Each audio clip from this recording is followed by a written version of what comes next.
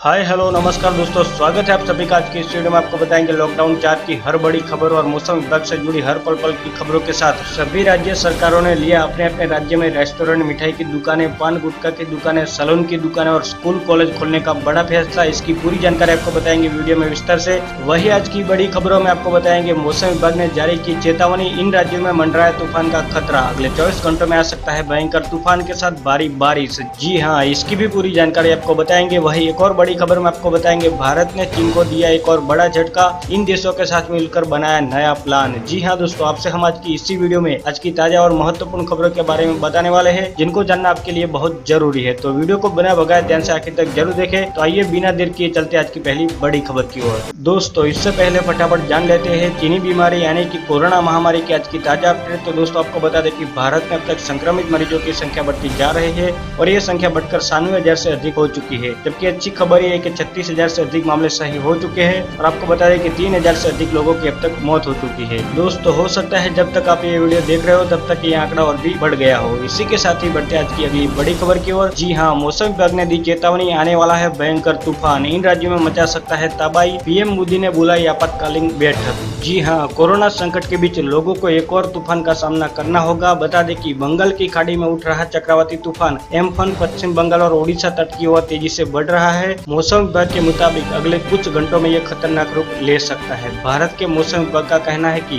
बंगाल की खाड़ी में उठा चक्रवाती तूफान एम्फन सुपर साइक्लोन में तब्दील हो सकता है। 185 किलोमीटर प्रति घंटे की रफ्तार के साथ ही तूफान अगले 48 घंटों में यानी 20 मई को शाम तक पश्चिम बंगाल और बांग्लादेश के तट से टकरा सकता है। इसके चलते देश के कई राज्यों में भारी बारिश के साथ तेज हवाएं चलेगी। जी हाँ दोस्तों, आपको बता दें कि अगले कुछ घंटों में तूफान खतरनाक रूप ले सकता है। चक्रवाती तूफान एम्फन का असर देश के 8 राज्यों पर पड़ सकता है, जिसे लेकर कई राज्यों में अलर्ट जारी किया गया है। मौसम विभाग ने चक्रवाती तूफान की आशंका को देखते हुए पूर्वी तटों के राज्य तमिलनाडु और पुडुचेरी से लेकर आंध्र प्रदेश, ओडिशा, पश्चिम बंगाल, त्रिपुरा, मिजोरम, मणिपुर और आसपास के तटीय इलाकों में ऑरेंज अलर्ट जारी कर दिया है। वहीं देश के 8 राज्यों में भारी बारिश की चेतावनी जारी की गई है। दोस्तों आप लोग कौन से राज्य में रहते हो, हमें अपने राज्य का नाम कमेंट सेक्शन में जरूर बताएं, ताकि आपके राज्य का मौसम का हाल आपको बता सके। बता दें कि अगले 24 घंटों में एम्फन भारी नुकसान पहुंचा सकता है। इसके अलावा अगले 24 घंटों में देश के कई राज्यों में भारी बारिश का सामना करना पड़ सकता है। मौसम विभाग के मुताबिक 40 से 45 किलोमीटर की रफ्तार से हवाएं भी चल सकती है।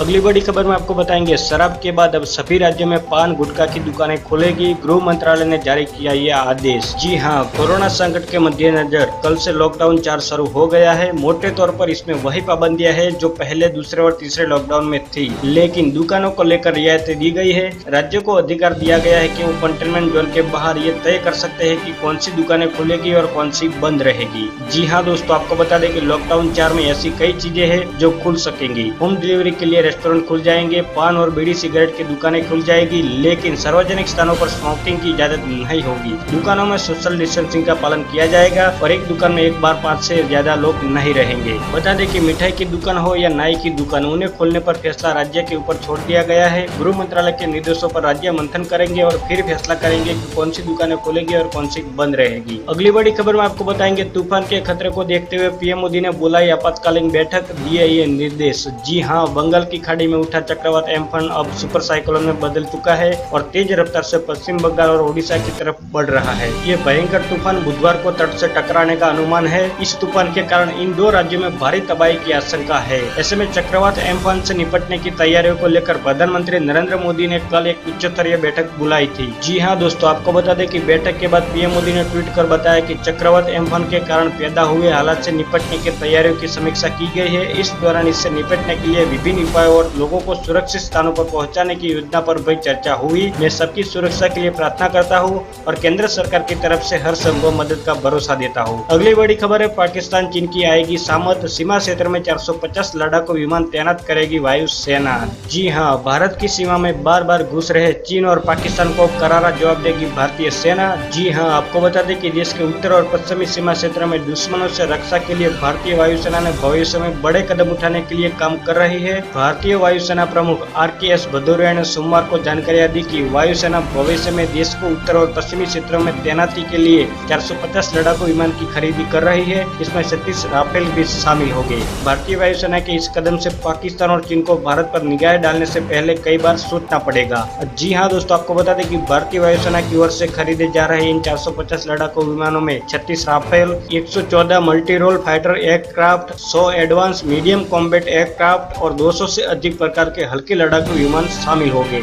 अगली बड़ी खबर में आपको बताएंगे, लॉकडाउन 4 में अब रेड जोन में भी होगी गैर जरूरी सामानों की डिलीवरी, मंगवा सकते हैं टीवी, फ्रिज और अन्य चीजें। जी हाँ दोस्तों, जो लोग लॉकडाउन की वजह से ऑनलाइन खरीदारी नहीं कर पा रहे हैं उनके लिए एक अच्छी खबर आई है। जी हाँ दोस्तों, आपको बता दें कि गृह मंत्रालय ने 31 मई तक बढ़ाए गए लॉकडाउन के चौथे चरण में विशेष तौर पर प्रतिबंधित गतिविधियों को छोड़कर अन्य सभी गतिविधियों खोलने की अनुमति दे दी है। जी हाँ, बता दें कि 18 मई से शुरू हुए लॉकडाउन 4 में ई कॉमर्स को और ज्यादा राहत दी गई है। गृह मंत्रालय ने रेड जोन में गैर जरूरी सामानों की डिलीवरी की अनुमति दे दी है। अब रेड जोन में होने के बावजूद आप लोग अमेज़न, फ्लिपकार्ट और स्नैपडील जैसी ई कॉमर्स कंपनियों से टीवी, फ्रिज, मोबाइल और एसी जैसे सामान ऑर्डर कर सकते हैं। बता दें कि लॉकडाउन 3 में मोबाइल और इलेक्ट्रॉनिक्स की बिक्री पर 3 जोन में पाबंदी थी। अगली बड़ी खबर में आपको बताएंगे, कोरोना महामारी फैलने वाले चीन को भारत ने दिया एक और बड़ा झटका, दुनिया भर के 62 देश आए एक साथ। जी हाँ, विश्व स्वास्थ्य संगठन WHO की मंगलवार से वार्षिक बैठक शुरू होने जा रही है। इस बैठक में कोरोना वायरस की महामारी का मुद्दा आना स्वाभाविक है। कोरोना वायरस को लेकर दुनिया भर के कई देश चीन की भूमिका को संदिग्ध मान रहे हैं। कोरोना वायरस की महामारी और चीन की भूमिका को लेकर भारत अब तक चुप था, लेकिन ये चुप्पी अब टूटती दिख रही है। सबसे पहले केंद्रीय परिवहन और सड़क निर्माण मंत्री नितिन गडकरी ने कहा कि ये वायरस प्राकृतिक नहीं है और इसे लैब में तैयार किया गया है। जी हाँ दोस्तों, आपको बता दें कि नितिन गडकरी ने ये बयान दिया तो ऐसा लग रहा था कि ये उनकी निजी राय होगी और भारत सरकार उनसे सहमत नहीं होगी, लेकिन WHO की बैठक के लिए ड्राफ्ट प्रस्ताव के अनुसार भारत ने उस जांच का समर्थन किया है जिसमें पता करना है कि कोरोना वायरस जानवरों से इंसान में कैसे आया और WHO की इस महामारी को लेकर भूमिका कितनी निष्पक्ष रही। भारत अब चीन के काले करतूतों को उजागर करने के लिए आगे आ गया है। बता दें कि इससे पहले यूरोप और ऑस्ट्रेलिया की तरफ से इस तरह की जांच की मांग उठती रही। भारत ने पहली बार इस तरह की जांच में शामिल होने के लिए औपचारिक रूप से हामी भर दी है।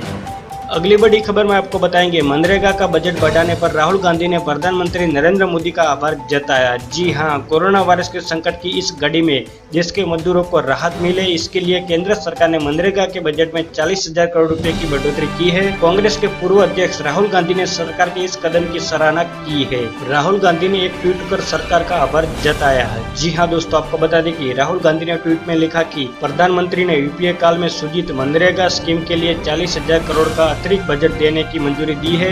मनरेगा की दूरदर्शिता को समझने और उसे बढ़ावा देने के लिए हम उनके प्रति आभार प्रकट। दोस्तों, आपको हमारी ये जानकारी अच्छी लगी तो हमें अपनी राय कमेंट सेक्शन में जरूर बताएं और वीडियो अच्छा लगे तो लाइक करो, ज्यादा से ज्यादा शेयर कीजिए अपने दोस्तों के साथ फेसबुक और व्हाट्सएप पर। अगर आप हमारे चैनल पर पहली बार आए तो चैनल को सब्सक्राइब करके बेल आइकन जरूर दबा दीजिएगा ताकि आप और हम आपस में जुड़े रहेंगे और रोजाना एक दूसरे के साथ काम की खबरें शेयर कर पाएंगे। बस अभी इतना ही, धन्यवाद। वंदे मातरम। भारत माता की जय।